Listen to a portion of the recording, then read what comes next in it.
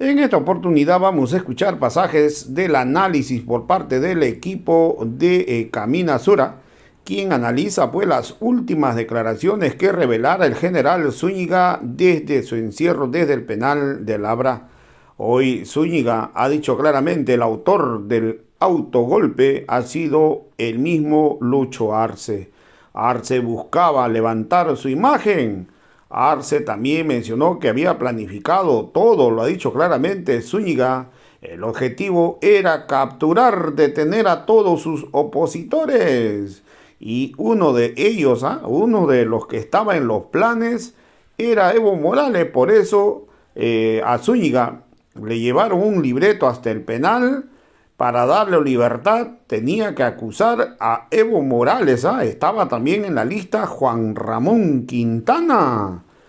Zúñiga ha hecho fuertes revelaciones. Querían involucrar a Evo Morales con el golpe de Estado.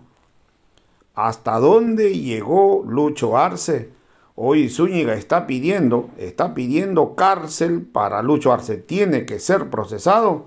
Está pidiendo que se investigue a Johnny Aguilera, Marianela Prada, el ministro de Defensa, Eduardo del Castillo.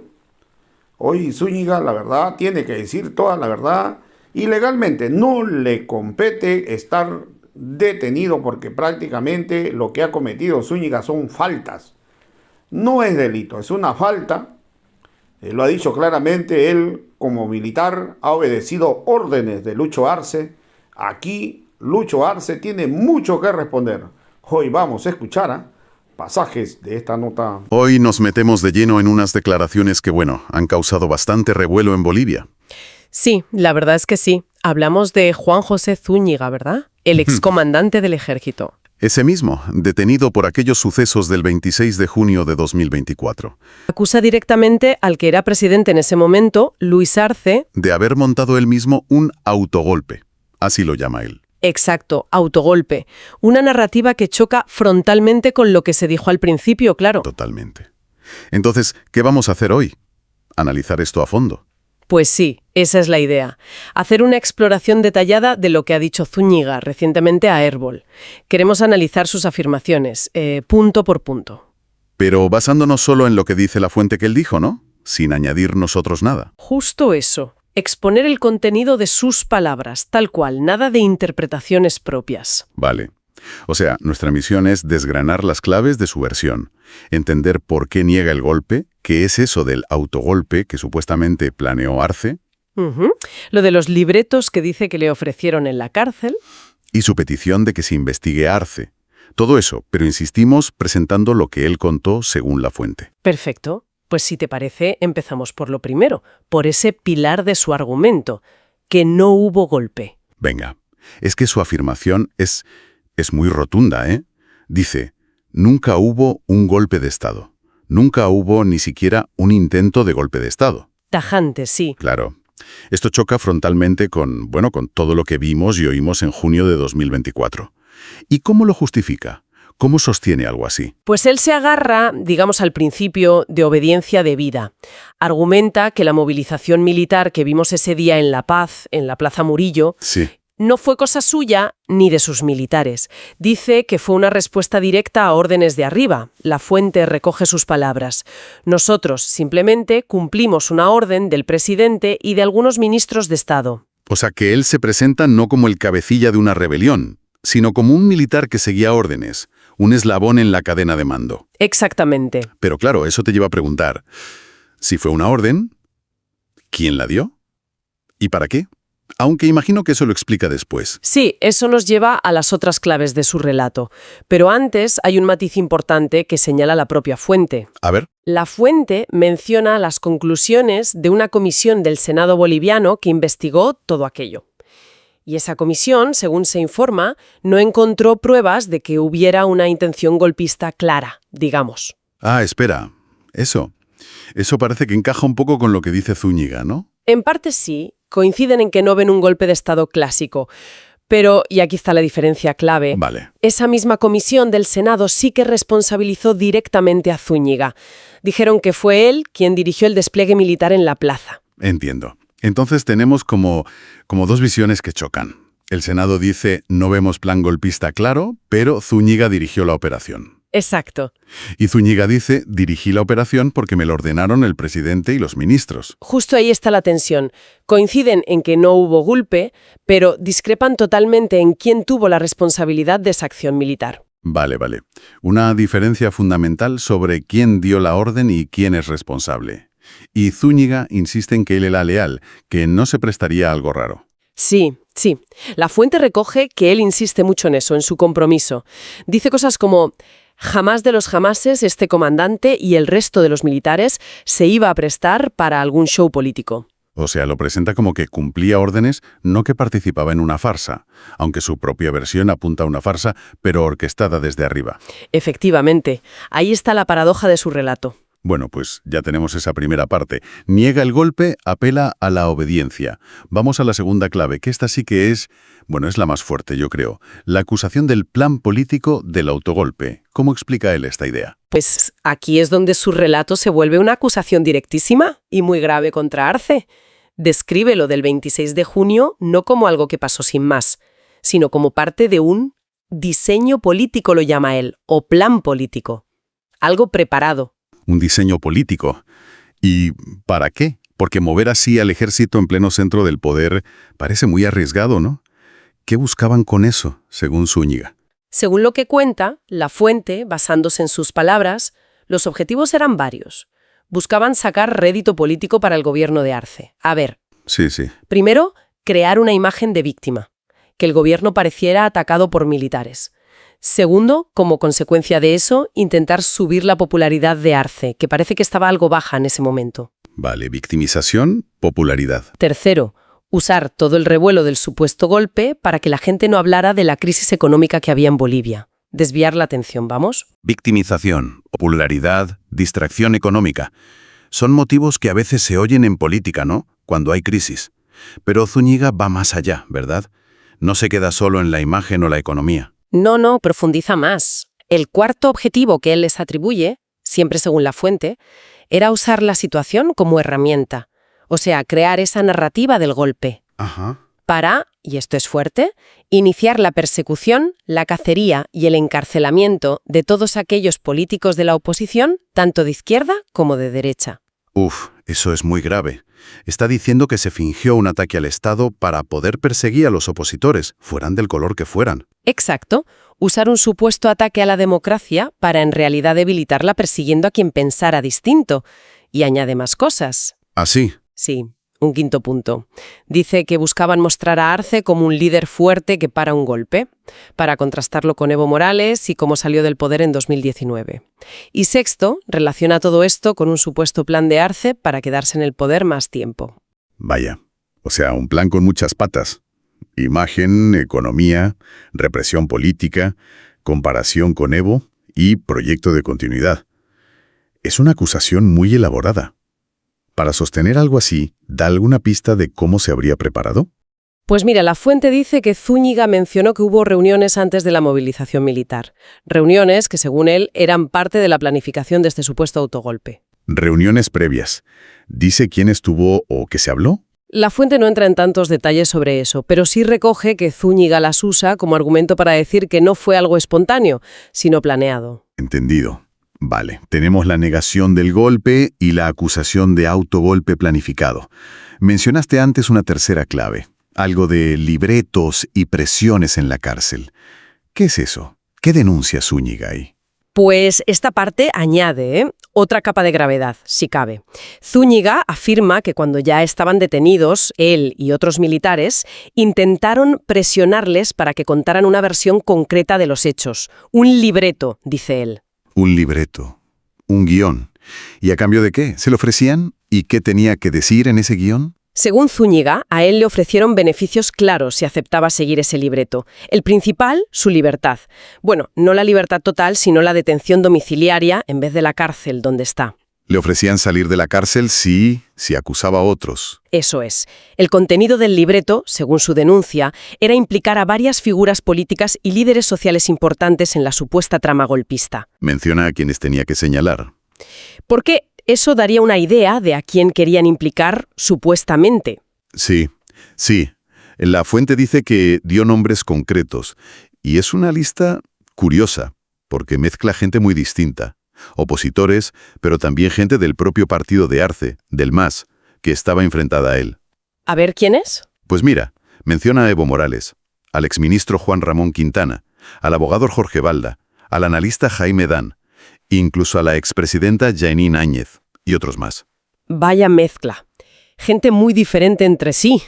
¿Implicar a perfiles tan dispares? Bueno, parece que reforzaría su idea de que buscaban una persecución amplia, ¿no? Contra todos los críticos de Arce. Esa es la pinta que tiene, sí. Y Zúñiga no se queda ahí. Acusa directamente a altos cargos del gobierno de Arce de estar detrás de esas presiones. Señala con el dedo a Johnny Aguilera, que era viceministro de Régimen Interior. ¿Y qué dice de él? Lo acusa de ir cárcel por cárcel, ofreciendo a otros militares detenidos juicios rápidos con penas menores, lo que se llama procedimientos abreviados, Ajá. a cambio de que declararan apoyando la versión oficial del golpe de Estado. O sea, ofrecer tratos judiciales a cambio de testimonios a medida. Es una acusación directa de manipular la justicia. ¿Y sobre él mismo? ¿Da más detalles de cómo le presionaron a él? Sí, cuenta algo muy concreto. Dice que el propio Johnny Aguilera, junto con Roberto Ríos, que luego fue ministro de Gobierno, Sí. le visitaron en la cárcel de máxima seguridad de El Abra, en Cochabamba. Describe que iban en horas de la madrugada, en vagonetas, para entregarle el famoso libreto, cita textual de Zúñiga, según la fuente. A mí también me han dado un libreto y me ofrecieron que implicara a algunos políticos. Visitas de madrugada en coches oficiales, a una cárcel de máxima seguridad, por parte de autoridades, para supuestamente entregar un guión. Son detalles muy específicos y, bueno, muy graves. Si eso se investigara y se probara, Tendría unas consecuencias enormes, claro. Y esto nos lleva directas a la cuarta clave que veíamos en sus declaraciones. La acusación ya sin rodeos contra el expresidente Arce y la petición de que se le investigue formalmente. Aquí ya no habla solo de un plan o de viceministros. Apunta arriba del todo, al que era el jefe del Ejecutivo. Exacto. La frase clave, según la fuente, es esta. Todo esto ha sido planificado y ordenado por el presidente del Estado, Luis Arce Catacora. Y no es solo decirlo, es que pide acción legal. Pide que a Arce se le debe llevar a un juicio de responsabilidades. Un juicio de responsabilidades. Eso, para que nos entendamos, es el proceso especial que hay en Bolivia para juzgar a presidentes por delitos cometidos en su cargo, ¿no? Es lo más alto a nivel penal para un presidente. Justo eso. Es la petición legal de mayor peso que se puede hacer contra un expresidente allí. Y Zúñiga no se queda solo en Arce. No. Pide también al nuevo gobierno, al que entró después, que investigue a fondo lo que pasó el 26 de junio y que no solo miren a Arce, sino también a varios ministros importantes de su equipo, que él considera cómplices. ¿Da nombres? Sí, menciona a Marianela Prada, que era ministra de la Presidencia, a Edmundo Novillo, ministro de Defensa, a Eduardo del Castillo, que era ministro de Gobierno en ese momento, y claro, al ya mencionado Johnny Aguilera. Vamos, que está pidiendo investigar a buena parte de la cúpula del gobierno anterior por lo que él describe como una conspiración de Estado. Y mientras lanza todo esto, ¿cómo está él legalmente? ¿Cuál es su situación? Pues Zúñiga, desde su punto de vista, sigue en sus 13. Él considera que lo que hizo, como supuestamente fue cumplir órdenes, no es un delito penal común. Dice que como mucho sería una falta militar, ¿no? Eso dice él, que debería ser algo para la justicia militar, no para la penal. Y por eso insiste en que él y los otros militares deberían estar fuera de este proceso penal. Repite, nunca hubo golpe de Estado. Simplemente cumplimos una orden. Pero esa es su versión. La realidad en los juzgados es otra, ¿verdad? Completamente distinta. La fuente nos recuerda que Zúñiga lleva ya más de 1 año y 4 meses en prisión preventiva. Está en El Abra, la cárcel de máxima seguridad de Cochabamba. Y la Fiscalía le acusa formalmente de alzamientos armados contra la seguridad y soberanía del Estado. Alzamientos armados, eso ya suena mucho más serio que una falta militar. ¿Y qué pena podría caerle por eso? Pues penas muy altas. Según el Código Penal boliviano que cita la fuente, ese delito se castiga con entre 15 y 30 años de cárcel. Entre 15 y 30 años. Sí. Así que, aunque él mantenga su versión de militar obediente, se enfrenta a pasar muchísimos años en prisión si le declaran culpable. Está clarísimo el contraste entre lo que él dice y lo que enfrenta judicialmente. Bueno, creo que hemos repasado las claves principales de sus declaraciones. ¿Podríamos hacer un resumen rápido para tener la foto completa? Claro. A ver, en resumen, tenemos al excomendante Zúñiga desde la cárcel diciendo, según Airbol, 1. Que no hubo golpe ni intento de golpe el 26 de junio. 0. Vale. 2.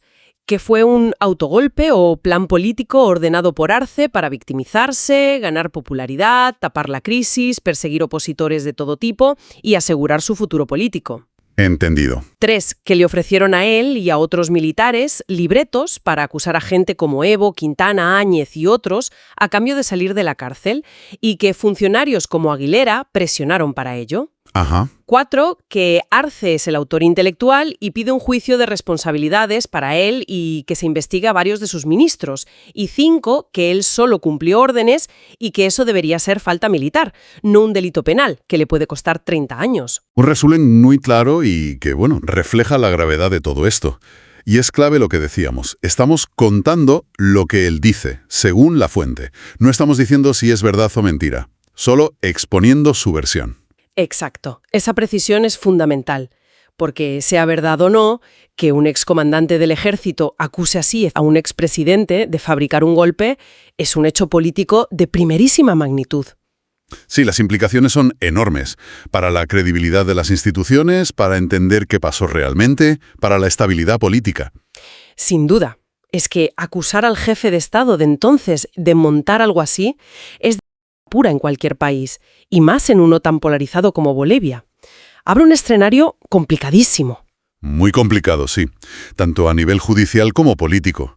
La justicia boliviana tiene un reto enorme para aclarar esto de forma creíble. Un reto gigantesco, diría yo.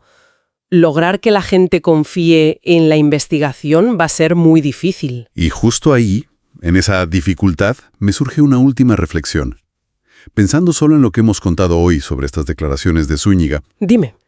Más allá de quién tenga la razón final, de si fue golpe, autogolpe o, yo qué sé, otra cosa, el simple hecho de que existan estas dos versiones tan opuestas, tan de blanco y negro, y que vengan de actores tan centrales, el gobierno de entonces y el militar que lideró la acción, pues plantea una pregunta un poco inquietante, ¿no? ¿Cuál? ¿Cómo afecta este choque de narrativas a la capacidad real de investigar esto de forma imparcial? O sea, ¿cómo pueden las instituciones hacer una investigación que la gente vea como creíble si partes de dos historias tan enfrentadas? Y sobre todo, ¿qué pasa con la confianza de la gente? ¿Cómo van a confiar en que se llegue a la verdad o en que la justicia actúe sin estar de un lado o del otro? Es una pregunta clave y muy pertinente. Cuando tienes versiones tan irreconciliables y tan cargadas políticamente, buscar la verdad se vuelve, dificilísimo. Cada paso que dé la investigación, cada decisión judicial, se puede interpretar desde una de las dos trincheras. Claro. Y eso desgasta la confianza pública no solo en el resultado final, sino en todo el proceso. Que la sociedad boliviana llegue a un consenso sobre lo que pasó o que al menos acepte mayoritariamente lo que diga la justicia, se convierte en una tarea casi imposible. Es sin duda uno de los grandes desafíos que tiene Bolivia ahora mismo para poder pasar página de este capítulo.